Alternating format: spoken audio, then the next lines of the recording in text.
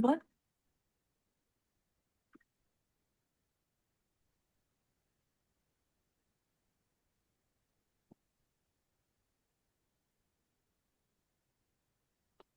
Hello, everyone. Folks. Hi. Hi. Hello, hello. Welcome. Just if anyone else is going to join, we'll let them join in a few minutes. But wanted to get started and welcome all of you. Thank you so much for joining us for National Issues Forums Institute's workshop on facilitating What's Next initiatives. Great to see some familiar faces and some folks I don't know yet as well. So this is the second workshop in our What's Next America workshop series. We had our first one in the series last week on organizing What's Next initiatives, and the recording for that will be made available on the website, the What's Next America website. Over the next couple of weeks, we'll also have workshops on moving from conversation to action, and that'll be on June 11th, and then also capturing the impact of local initiatives as well. That'll be June 18th. And so if you're able, we hope that you'll join us for those as well. And for now, though, thank you again and for being here. And we'll focus today on ways that facilitating What's Next initiatives are is both similar to and different from facilitating other types of deliberative experiences. We encourage you to draw from your prior experiences as well. We know there's a lot of experience in the room today. And so we'll present some of what we learned from prior What's Next work and from colleagues and partners over the years, but we also just want to encourage you to share your own insights with your colleagues here as well. And we look forward to learning from you as well. So I wanted to make just a quick announcement on time.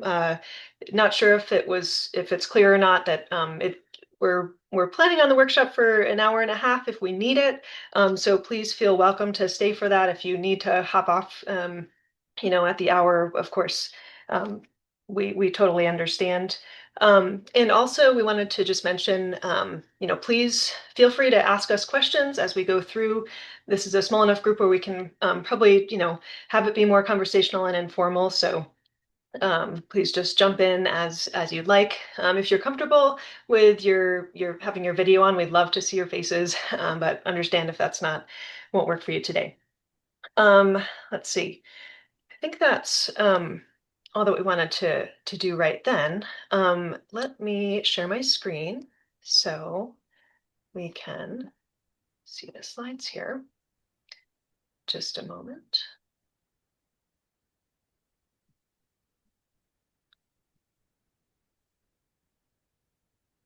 Okay.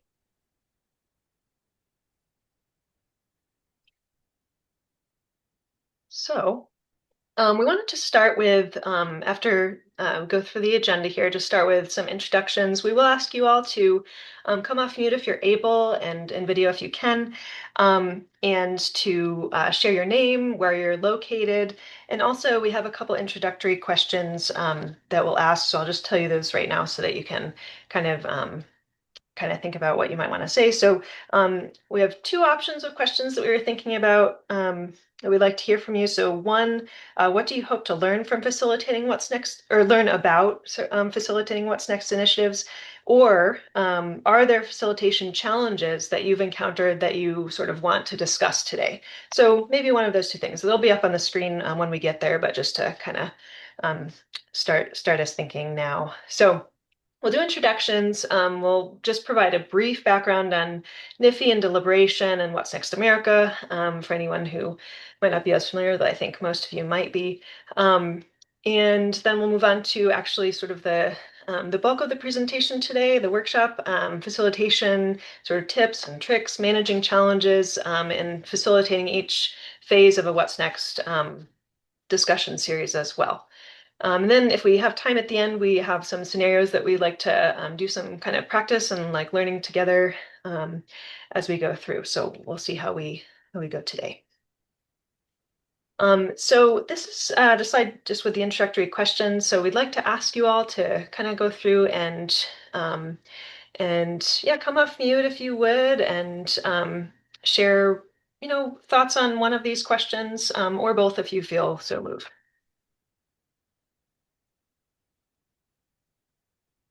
Don, would you like me and Betty to kick it off by introducing ourselves so Oh, folks can have a minute to think? that would be lovely. Thank you. Well, hi everyone. I'm so glad to see you. I'm Kristen Bronner. I'm the executive director at the National Issues Forums Institute, and joining from very warm Nashville, Tennessee today.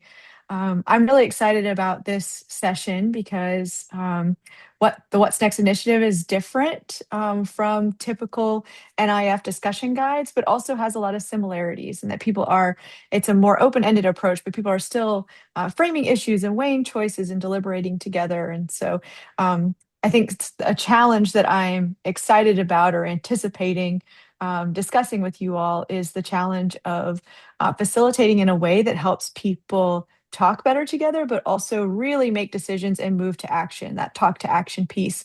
That's what our workshop next week will focus on. But I'm excited to dive into some of the facilitation tips and tricks for that. So excited to be with you all today. Can't wait to talk more and learn and hear from this amazing group. So I'll kick it over to you, Betty. Oh, hi, everybody. I'm greeting you from my home in Charleston, West Virginia.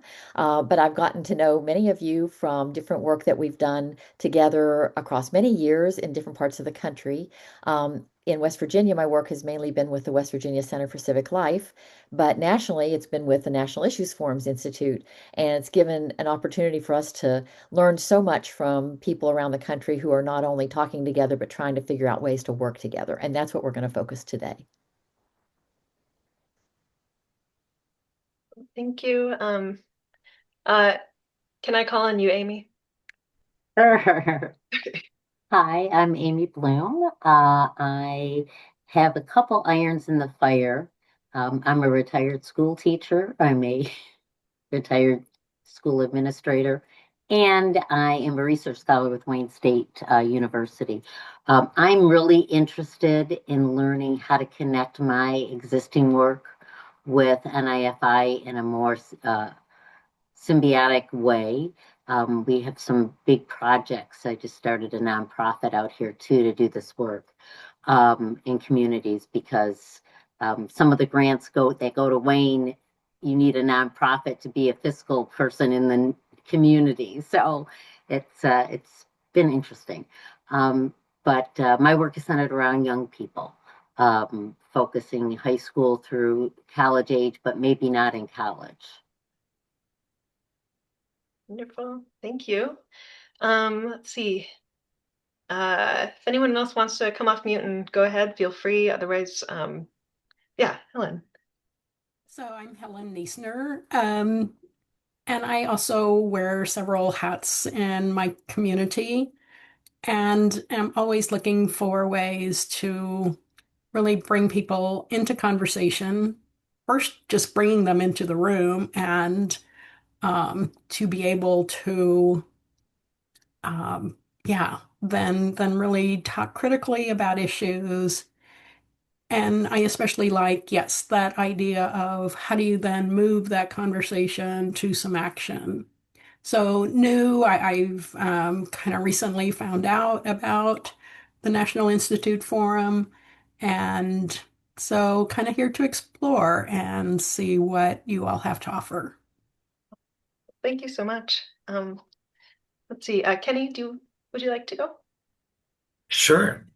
Um, Amy, I lived in Studio One apartments for a year right by the Wayne State campus. So right on Woodward there. Um, but my name's Kenny Ndajeski, based in Chattanooga, Tennessee, representing my company Why Here Matters. And just as a friend and partner of NIFI and What's Next America, always here to support. I think what I am most curious about, or hopeful for today is I just know with so much happening in the What's Next universe right now, I imagine your learning is happening in real time. So it'll be cool to see what you're learning about facilitation as like the turtles all the way down of facilitation. Um, Eager to hear about that, how that's going. Thanks, Kenny. Let's see. Annalisa, are you able to share? Hi, my name is Annalisa. I am the Civic Engagement Coordinator at Sam Houston State University based in Huntsville, Texas. Kind of new to civic engagement.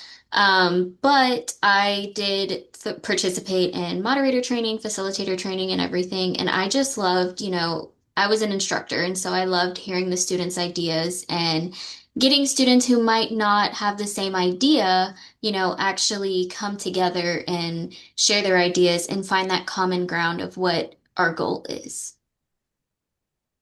Wonderful. Thank you. And let's see, maybe Shauna?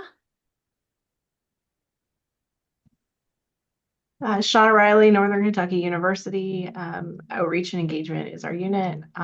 So we've been using the NIFI guides for some of our deliberative conversations this year. And what we found is they're great, but they're a little broad for an hour conversation or whatever we have our students for. So I'm kind of looking for what's next. And hopefully that's what this is. And it gives us some sort of toehold into some fall planning and some ways to excite our students and engage them. Wonderful, thank you. And Melissa?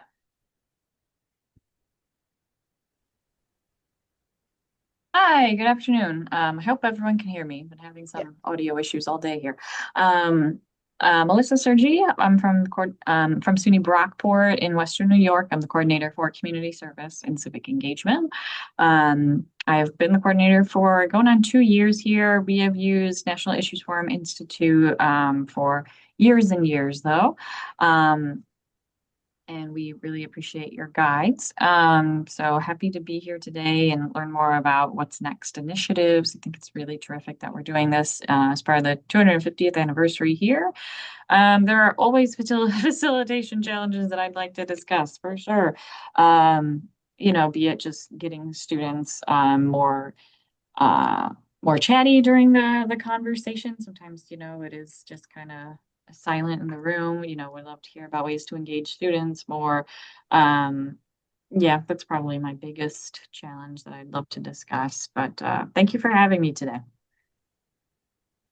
Well, thank you. Yeah, certainly our pleasure. I realized I didn't introduce myself too much, but I'm Dawn Harfmann, program manager with NEFI, and I'm in Oregon and Redmond today. And but I have roots in upstate New York, Melissa. So yeah, kind of wanted to tell you that. So so let's move on here to our next piece, and I will turn it over to Kristen. Thank you, Dawn.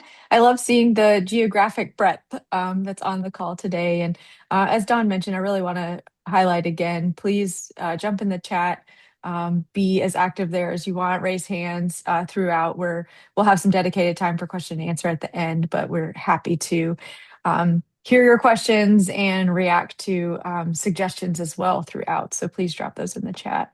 So I think many of you are familiar with us, but for those who might be new to NIFI or NIFI, the core belief that really brings to life everything that we do at the National Issues Forums Institute is that we believe solving public problems requires public participation. And for more than 40 years, we've worked from the premise that democracy is strengthened when people are equipped to talk, not just talk together, but to also decide and act together on the issues that affect their lives. So we support that effort by equipping, empowering, and mobilizing people to use deliberation to take action for the public good. So what is deliberation for those new to deliberation? At its core, it's both a civic practice and a decision-making process. Deliberation can strengthen democracy when individuals, institutions, and governments find ways to talk and work with one another, especially when problems are complex and disagreement is very real. Deliberation first helps people understand how an issue affects their lives. We'll talk about questions that get at the heart of that a little bit later in the conversation, but it also helps them hear what others are experiencing related to an issue and what values are at stake or intention. Participants then weigh options and examine trade-offs. They look at possible solutions and make judgments together about what directions makes the most sense given competing concerns. So deliberative decision-making can lead individuals, groups, and institutions to identify concrete next steps and shared responsibilities. We'll talk a lot more about that talk to action aspect next week. Melissa, I'm glad you highlighted the 250th. This seemed like a wonderful moment to build on the 4 decades of work here at the National Issues Forums Institute. And not only provide discussion materials and supports and trainings for campuses, communities, and K-12 classrooms to look back to the past, but also to ask what's next for the future of our communities and for our country. And so What's Next America is at its heart, it provides a set of practices that allow people to use these deliberative skills and practices to talk better together, to identify ways to improve their communities, and to take actions to do just that. And I'm very thrilled and excited to turn to a longtime friend and collaborator, Betty Knighton, who's the former president of the National Issues Forums Institute and the former executive director of the West Virginia Center for Civic Life, to talk a little bit more about how this approach is unique. So Betty, I'll turn it to you. Thank you. Um, I wanted to start by telling you why we thought we wanted to develop a process that is similar to and I'll explain the graphics as we talk about it. And it came really from, I would say, public demand. A lot of us for many years have been talking together in deliberative ways in our communities using national issues forums or other locally framed processes. And we've been enriched by that, and we've seen the value of opportunities for people to really talk to one another and understand differences and set directions for the future.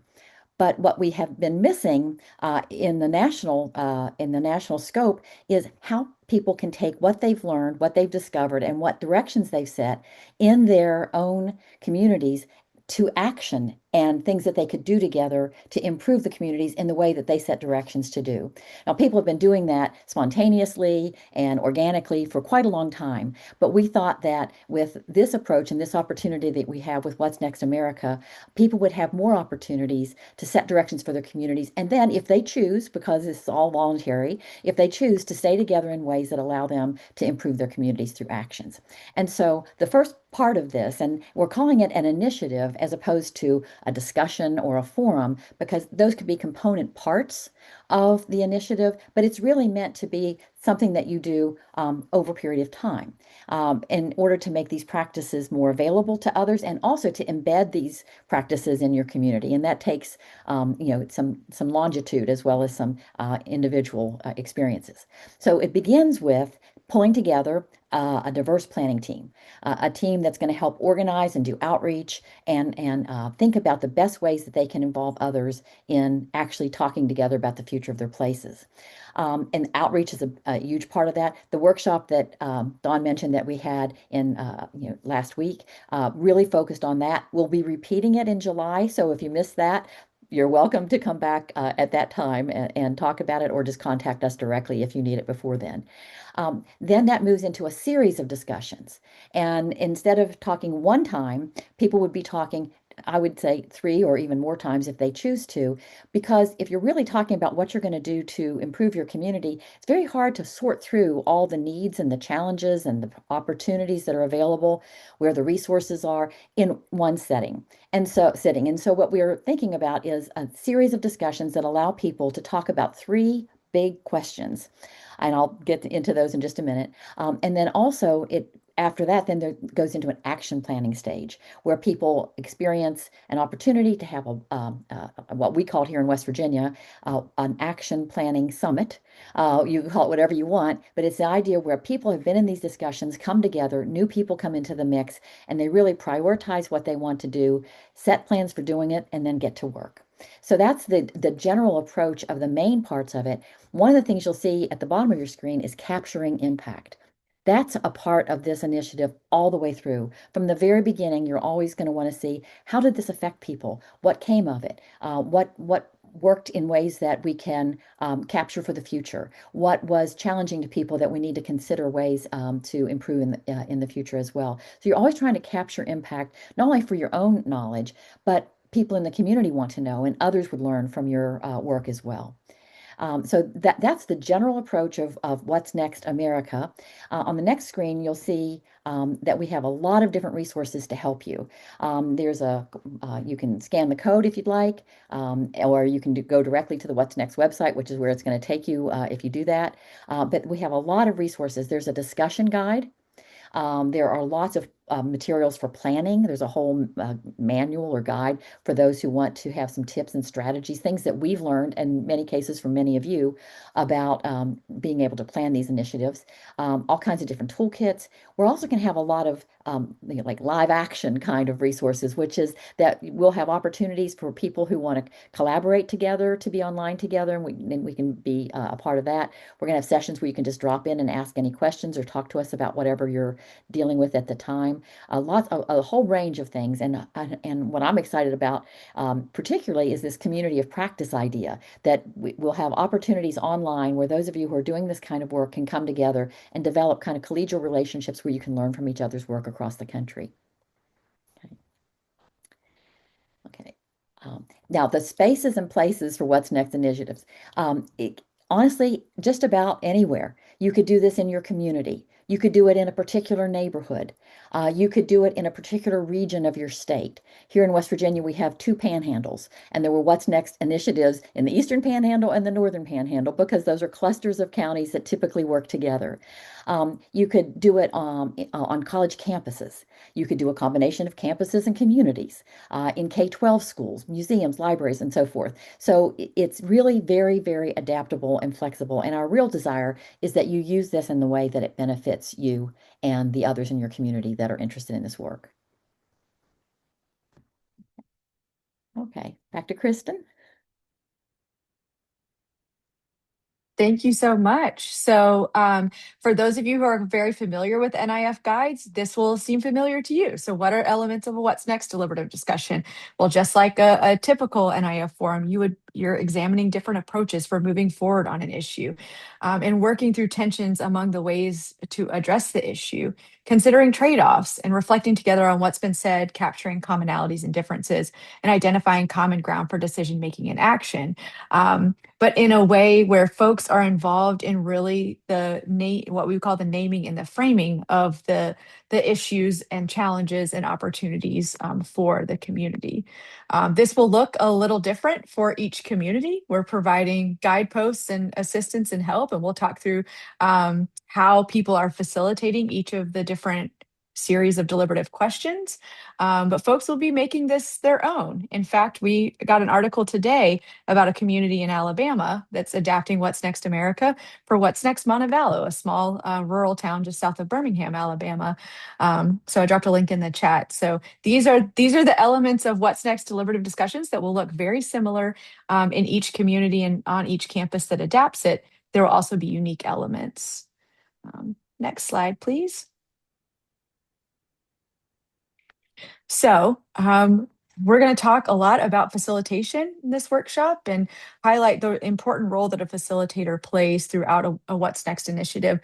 I'll be highlighting some broad strokes overview of the facilitator role and some key practices, and then hand it over to Betty to talk about what are some of the unique aspects of facilitating a What's Next process. So as many of you know, the facilitator's main roles are to set a welcoming tone, to be an active listener. I always feel like I have worn myself out at the end of a deliberative discussion because you're so tuned in on listening to each and every person and making sure that you're paying attention to all of the themes that are emerging and connecting people to one another. And so at its heart, a deliberative facilitator is an active listener. A deliberative facilitator also behaves neutrally while they're facilitating. We'll talk more about that in a second. A big part of the role is asking probing questions, not just yes, no questions, but questions that get at the heart of the issue and help people deliberate with each other and connect with the issue. A facilitator also encourages reflections and direction setting. We'll talk a lot about that next week when we talk about how to facilitate that moving from talk to action.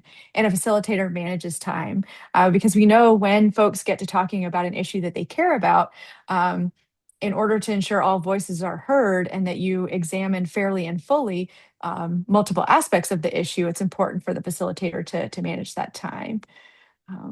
Okay, so let's dive deeper into what does it mean to behave neutrally. This is definitely worth spending some more time on. We know that no one is neutral, but that for the purposes of maintaining credibility, it's very important to behave neutrally while facilitating a deliberative discussion. So how can a facilitator do that?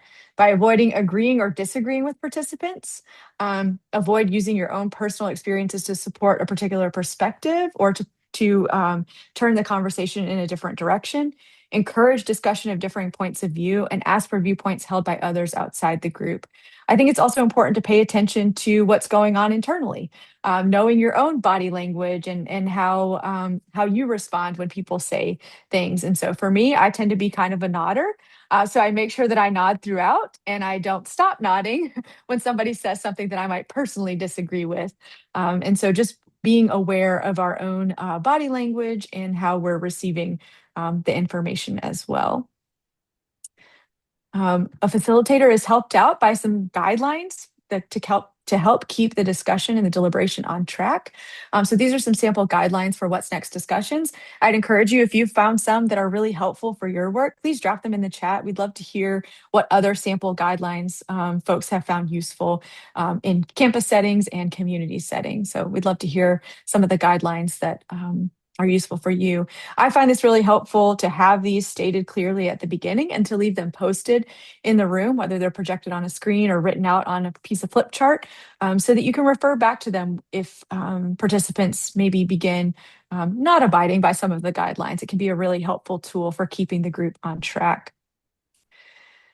All right, so what are the basic moves a facilitator makes to keep the group moving and to ensure that the deliberation is fair and full? So a moderator or facilitator asks follow-up questions for clarification and to dig deeper. They also ask for reaction questions to get folks engaging with one another. That I think is really key. Sometimes if folks haven't participated in a deliberative conversation before, they might show up expecting more of a question and answer session with the moderator, a panel, or a setup where they're not necessarily having a conversation with each other. And so as a facilitator, you can ask questions to help participants react to each other and engage directly with each other. I always love those moments in facilitation where I can start to back out of the circle because the group is asking each other really good questions. You also ask transition questions to move the conversation forward and to ensure that multiple sides of a perspective or multiple perspectives of a challenge or an issue are brought forward and deliberated through. And then a facilitator synthesizes key points when necessary to keep the conversation going. This is also where a facilitator can rely on a good note taker to help with that. We'll talk a little bit about that later. All right, so wonderful questions to promote deliberation. You'll find these in the planning guide. These are some of the key categories for promoting and prompting deliberation. So you want to connect the issue to the concerns of the participants. I like this to be the first set of questions that you do in a deliberation. This helps with what we call personal stake, people seeing their personal connection to the issue. My favorite question to help connect the issue to the concerns of participants is what makes this issue real for you or for our community? And so getting them to really name what it is that brings them to the table. And if what makes it real for you personally is too personal for folks, giving them the option to highlight what makes it real for the neighborhood, the community, the region of the state. And so giving them options to where they can be personal if they want to, but they definitely don't feel required to. You want to help folks examine potential consequences and weigh trade-offs as well. So questions like, is there a downside to this course of action? What's an argument against the action or the solution that you favor? Would you give up blank in order to achieve blank? And then questions that help promote interaction among participants that we talked a little bit about on the previous slide.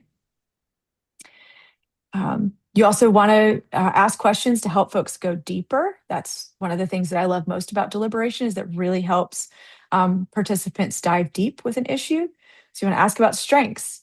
How does the idea or the issue affect other people, not just those in the room, or one perspective that might be more vocal in the room than others? Highlighting why someone might disagree and making sure you're really bringing out those tensions and trade-offs. Ensuring that all viewpoints are heard. And highlighting where you need to do additional work to ensure more viewpoints are engaged at future conversations and discussions. And then I love this question, given what you care about, what are you most eager to see happen? You also want to make sure that there are questions that help people see what's possible and see, reflect on hope and possibility. All right. And Betty, I think I just forged right through. So please, please take over and share more about questions and add whatever I missed over the past through couple slides. No, nothing at all, other than we landed on what I think is one of the most important and yet sometimes overlooked elements of facilitating, and that is the reflection period. If you set aside, let's say, an hour and 45 minutes for your discussion, let's say an hour and a half, you want to be consistent with what you've told your participants. They have places to go and people to see afterwards as well. So you want to end on time. And what happens often is because the discussions can get so engaging and so much comes into play that you need to really think about, that you could just be looking at the clock and say, run out of time. That's the end. And instead, you have to force yourself to stop sooner, even when there's more to say, even when you know that there are other things that have to be worked through in the future. You really need to have time at the end of each discussion to really reflect. It's where people's ideas kind of synthesize. It's where things kind of coalesce and come together. Not that there's all agreement, but at least you give the opportunity for that synthesis to occur. So toward the end, and you can tell your participants at the very beginning, we're going to stop about 15 minutes early or whatever period of time works for you to talk about what we talked about, not new ideas, but the ideas that we've discussed. So you want to ask them, what new insights did they gain? How's their thinking changed? Areas of greatest concern? What actions seem most pressing? Who else needs to be involved? What are the next steps? And these are the kinds of things you want to capture. You'll have a note taker or a recorder, somebody in your room that can capture these, because in what's next, you're going on to another discussion. So it'll be important to capture these as you go and give those opportunities to your participants. Okay. Excellent. How you know it's going well? Well, Kristen referred to body language. So you can sort of tell from people's, if they're leaning forward a little, that's one thing. If they're turning the other way, that's another. So you'll want to make sure that you're kind of reading those signals. Kristen also mentioned, I'll just say a little bit more about, you might even say as the facilitator at the beginning, you can say, my role is not to ask all the questions. You might have questions of each other. There may be something that someone says that you really you'd really benefit by some kind of a follow-up. So feel free to do that. So what you really, instead of having it you to them, you to them, you to them, you want you to them, maybe this person to this person, maybe that comes back to you. So you're really wanting for a more complex kind of discussion series. Some people are really reluctant to do that because they think the facilitator is the one that should be doing all of that. But if you just tell them up front, you're facilitating and you're helping with all kinds of parts of it, but you also want them to have that responsibility as well.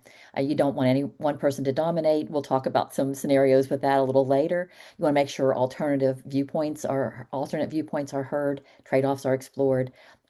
As far as people sharing personal experiences, this doesn't mean something private to the person. People do share things like that sometimes if they think it helps illuminate why they care about an issue, and that's their choice. But by personal, we're talking about, it gets down into what really kind of gets to you, what's important to you, what you've seen in your life or in the lives of others, or even what you care about, what you've seen with other community members. So it's personal on that level, instead of just staying very at the meta level of things. And then you want to build toward decision making. You want to anticipate the challenges in facilitating, and they come up many times along the way. And this is where we have it switching back to you, Kristen. Would you want to take it from here? Okay. I love this meme, GIF, whatever those are called on the screen. I don't know if anybody's a Parks and Recreation fan, but I often find that if folks have not participated in deliberation before, they expect it to be like a very unproductive town hall meeting on Parks and Recreation, where people are yelling at each other, or as Leslie Knope says in here, when I'm being yelled at, all I hear is people caring loudly. And so I just want to open up the floor and ask in the chat, what are some of the challenges that you faced if you facilitated dialogue or deliberation in the past? What are some of the facilitator challenges you faced? We want to work through some of those. Melissa mentioned, if the room is very quiet, people aren't talking much to each other. I often feel when I do moderator and facilitator workshops that this is the area where people who have not yet facilitated a deliberation, they're extra nervous and imagine that there will be chairs thrown or that people will be so heated that they'll stomp out of the room. And Betty, I don't know about you, but that hasn't happened, at least not much in my experience. Um, No chair throwing. I think a few people probably have left. yes. Exactly.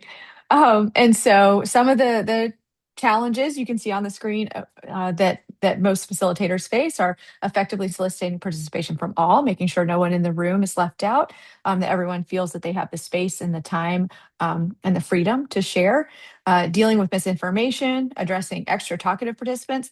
I would say that's the challenge I've dealt with most over my hundreds of forums I've moderated, managing time effectively and being flexible while staying on track. Um, and remembering that people come first over any problem or agenda, and then facilitating particularly heated or controversial issues. And so let's dive into some of these challenges. Um, so, what do you do when someone dominates? Some of these questions we found to be really helpful for dealing with a dominating participant. So, asking what do others think about the approach? What ideas have not been expressed? I would go back a little bit to body language again, especially for an in-person deliberation where you're inching closer to someone and really honing in on them, jumping in whenever they take the slightest breath and throwing it back out to the group whenever possible. With a difficult participant, I also find that the body language can be very helpful of walking closer to them, really honing in on what they're saying, referring to the guidelines if necessary, redirect the conversation, but gradually escalate your response. I have never had to kick anyone out of a deliberation, but we have had to definitely be very strict about referring back to the guidelines and letting folks know that disrespectful and unkind language and comments are not welcome. I would say one of the biggest challenges we've faced in the past decade is misinformation from a participant. And so some questions that can be helpful in that situation is, does anyone have a different understanding of that or different information they'd like to share? Try to bring out the expertise in the group to counteract the misinformation.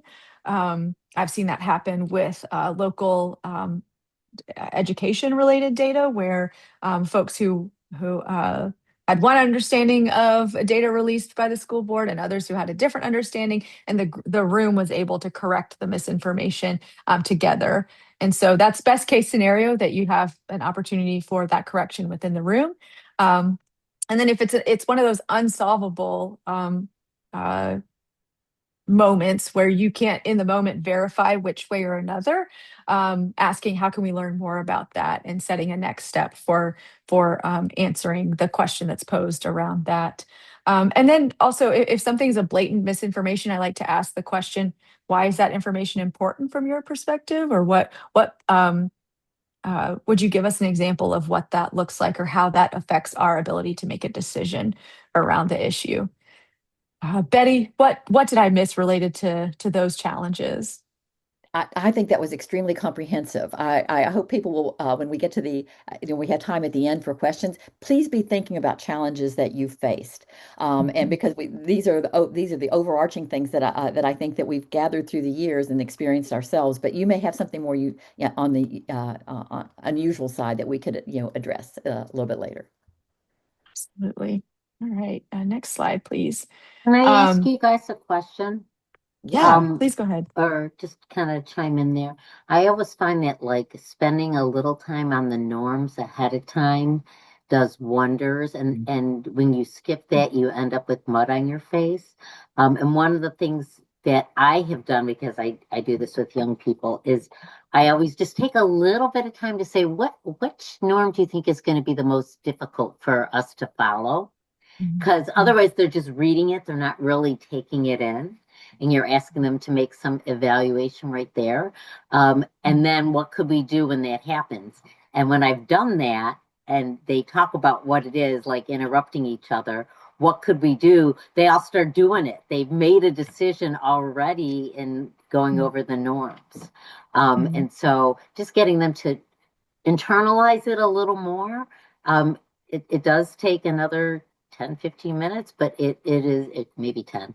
It's so worth it in the long run because they start managing each other as well. Mm. That's wonderful. And it also gives participants, of all ages, you could use that with adults too, more ownership in the process. And I think that does help with checking each other in a positive way, positive peer pressure. Right. Amy, when you do that I think it's such a good point. When you do that at the beginning, not only do people understand what the kind of general guidelines are or practices for the discussion, no matter how well you kind of communicate about a particular event that's going to happen in your community, if it's on a particular issue, people still come thinking that they're there to advocate for one particular point of view, which is fine. They can do that in the discussion, but they assume that there's already some kind of preconceived direction for that issue, as opposed to the idea that when you tell them about the kind of the guidelines or the ground rules for the discussion, then they get to see, oh, it's not just about me getting to advocate for this thing I want. It's about understanding why other people might have a different point of view and being able to kind of see if there's any shared direction in there, if there is. Absolutely. One final thing I'll share before we move on to talking more about facilitating what's next discussions, particularly that when you're dealing with and helping facilitate a deliberation around something that's really controversial or that people have deeply raw experiences around, just keep at the forefront. The people come first, not the issue or the agenda. Getting through the discussion guide, getting to complete the agenda is far less important than people and the care that we show for each other. And so there's some tips here. I've had many situations where dealing with a very raw issue in the community and taking a step back and giving some space for people to process before moving into deliberation has been really essential to preserve and strengthen the relationships in the community before moving into decision making and action. So, as you may know, deliberation is not rocket science, but it is messy and can be challenging. So, every group that's truly deliberating reaches the groan zone when differences may seem irreconcilable. So, don't be afraid when your group reaches the groan zone. That's likely a sign that they're working through assumptions, familiar opinions, and encountering new ideas. So, as a facilitator, part of your role is to help them do that hard work and work through the groan zone. And so that is a great transition to talking about facilitating what's next discussion. So Betty, I'll hand it back to you. Thanks. So what you have here is just the cover of the actual discussion guide that we've developed for use around the country. If we're not showing you all the inside pages right now, but we will show you pieces of it as we go through here. The main thing I want to say is that many of you are familiar with multi-perspective develop discussion guides on particular issues. National Issues Forums has been doing that for over 40 years and have produced some really wonderful discussion guides where the issues are, when I say pre-selected, it doesn't mean it's an insider selection, because I've been on the kind of outreach end of this, is people all around the country are asked, what issues in your community would you like to talk about? What's important to you on your campus? And looking at all of that, then it's determined which particular issues are framed publicly in National Issues Forums each year. In this, what you'll see is something different, which is that rather than doing that outreach to find out what issues do people around the country most want to talk about, it's still very hard to find an issue that works everywhere, that's relevant everywhere, and that people can localize to the extent they'd like to. So what's next is about actually you, through a series of discussion questions, through a kind of some opportunities for people to prioritize on their own what they want to talk about, you're actually creating looser, not quite so structured, but frameworks for talking about issues. And you're actually going to be doing the same things you do if you had issues already presented in a multi-perspective framework. You're creating the multi-perspectives your own. So you're the framers, you're the deliberators, you're the action takers in your own community based on the things that you identify, which you think is what's next for your area. So we'll talk a little more about the specifics of what's next the what's next framework, so to speak, I also want to make sure you realize all of these materials that we're showing you, including the information on these slides, will be available to you. We'll have lots of ways of sharing those with you. So in case you're taking notes or trying to remember anything that we're saying today that might be useful to you, all this will be available to you later, and we'll be glad to talk to you at length about any of it. So when I said earlier, there's three big questions that I'll be saying more about. They are, to me, very big questions. They're very common questions. They're questions you use every day in your life. Where are we now? Where do we want to go? How do we want to get there? I mean, they're just really, really basic questions. And on the surface, they seem pretty straightforward. But when you try to answer those questions, where are we now? Well, there's going to be different points of view about where we are. Some people are going to think we're doing really well here. Other people, not over in my corner of the community, we're not. So the where are we now is a global question that is actually quite a deliberative one. In what you're doing in the where are we now part of the discussion is you're trying to have elicit from people what they think are the kind of common areas of agreement about where the community is, areas of disagreement, what created our community, what is the atmosphere, the economy, the participation level, all those things that bring up your community as it is. Well, how did we get here? So then you want to look at the past. What do we want to retain or recapture from the past in order to take our community in the direction we want for its future? So you're taking stock of strengths, assets, needs, challenges. You're considering who else should be involved because you're always trying to broaden the circle, widen the circle. Whoever comes to the first discussion doesn't mean that's a closed set. You're always trying to bring more people and more ideas into the mix.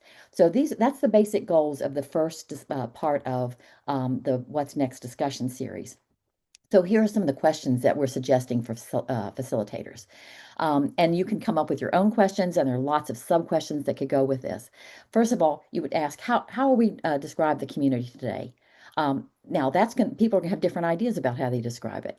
What factors led to where we are? How has our past shaped the community that we are today? Maybe there have been some deep divisions in the past. Maybe there have been a great deal of job loss in a certain area of the community that was thriving before. So there's all kinds of things that are unique to your place. What would we want to retain or capture? What are our greatest strengths, our greatest needs? And what new information do we need to move forward? Because this is the first of a series of discussions, and so people will have time in between to reflect on these questions, to talk to their neighbors, to gather other information that they find that might have been missing in this discussion. Each one of these questions is a deliberative question in the sense that your follow-ups would be things like, well, why would somebody have a different view about that? Or what would it take for us to be able to do that in a different way than what we've done before? Okay, so the next one. Some particular things about facilitating this part, this where are we now? You may, when you ask people like, what are our assets and our strengths, they may talk more about, well, we have that new civic arena, or we have a really vital athletic program, or we have this going for it and that going for us. But what you want them to also think about is what's more, less tangible. What are some of the underlying strengths of your community, the things that your community can do and has done that aren't so visible as structures and programs? So that's one thing I'll say as a tip to facilitators here. And then the other, and I've certainly encountered this myself here in West Virginia, this is a discussion about where you are now. So you're looking to the past to see how you got there. But it would be very tempting to spend the whole conversation talking about the past, because I'm sure there's a lot to be said about the past of any community, any place in this country. And so you're going to have to kind of balance that, a look to the past, but with an eye to the future. And so if you really think that the community, the participants who come need to go more deeply, maybe there have been deep divisions and harms in the past that haven't ever really been discussed, you may want to set aside a separate conversation just to be able to do that, because you don't want people to feel rushed. On the other hand, you want to move forward. And so at the end of each discussion, it's really important to say, okay, this is our first discussion. We want to connect this to the next one. So you're always overviewing what the next conversation will be about. You're asking participants to think deeply about what they see as the needs of the community, and then ask them to invite others. It doesn't have to, if somebody can't come to every one of these discussions, it would be great if they could, but if they can't, maybe they haven't even heard about it until after the first one. You're always welcoming new people into the discussion. Okay.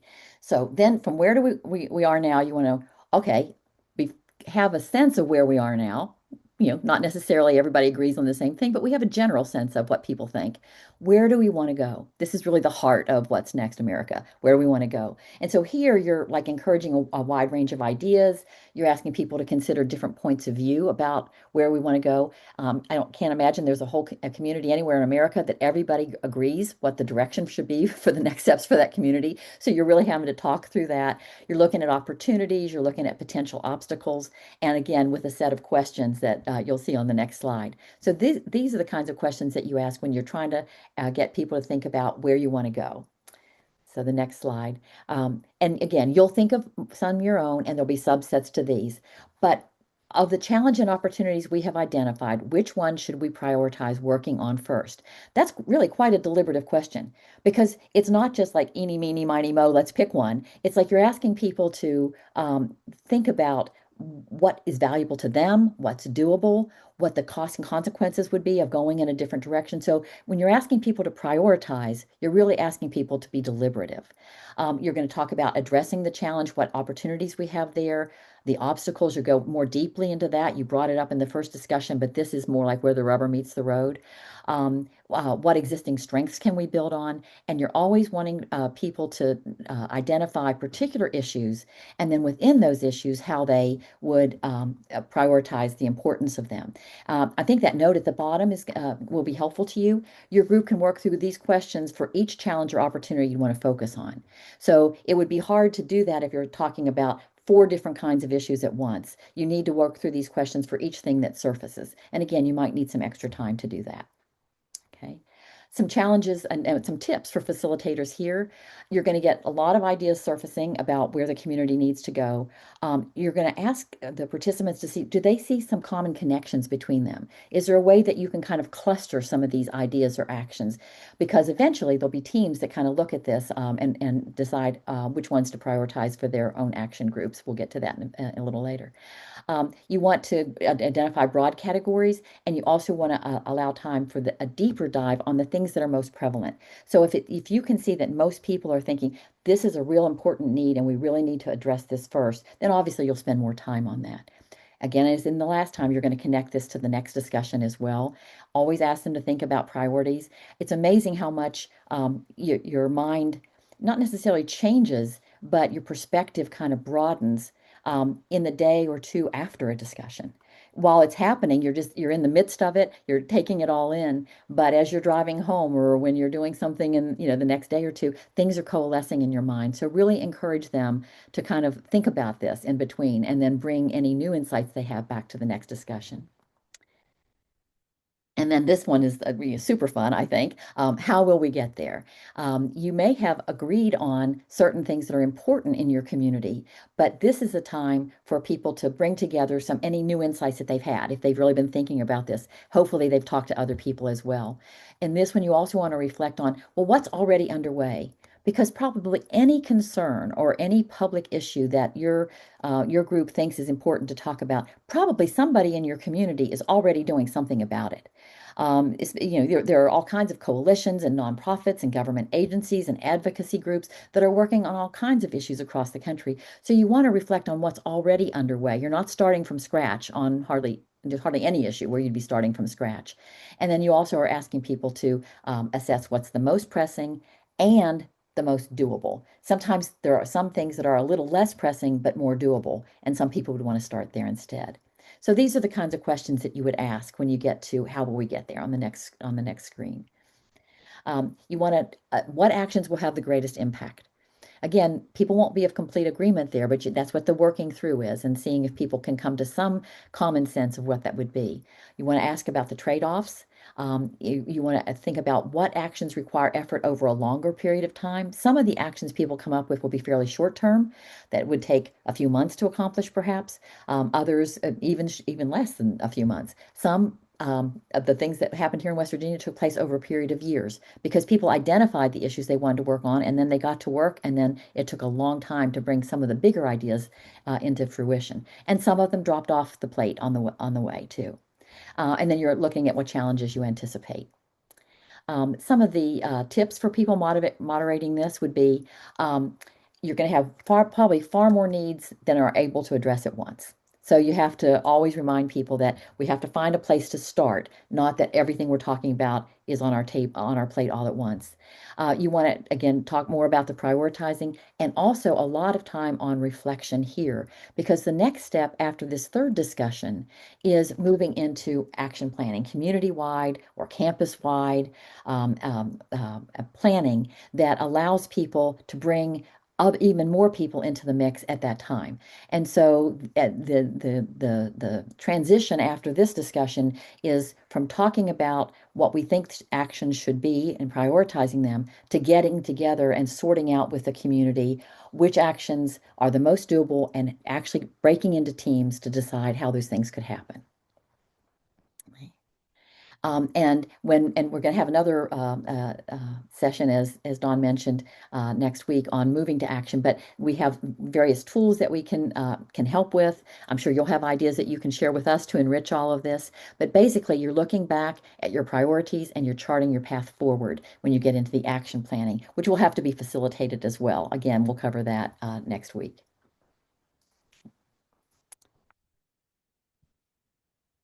Okay. So, yeah, thank you so much, Betty and Kristen. So that was a lot of information, and we wanted to just take a few minutes to kind of open the floor for questions, or any sort of things that you're thinking about, or what seems, challenging, or something that you might be able to implement in your work. So I'll actually stop sharing so we can see each other and kind of have a discussion, and any questions that anyone has before we move forward. I will also stop the recording because last time that gave people more freedom to share questions.